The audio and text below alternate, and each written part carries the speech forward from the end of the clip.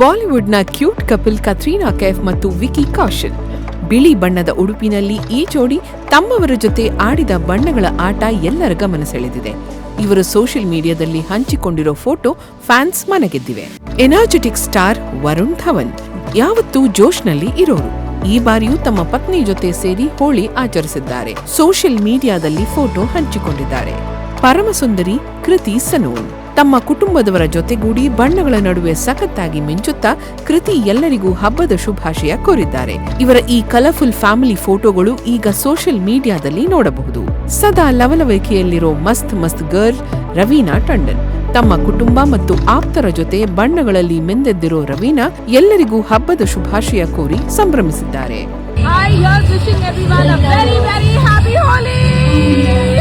ಒಟ್ಟಿನಲ್ಲಿ ತಾರೆಯರ ಈ ಬಾರಿಯ ಹೋಳಿ ಸಖತ್ ಕಲರ್ಫುಲ್ ಆಗಿ ಮೂಡಿಬಂದಿದೆ.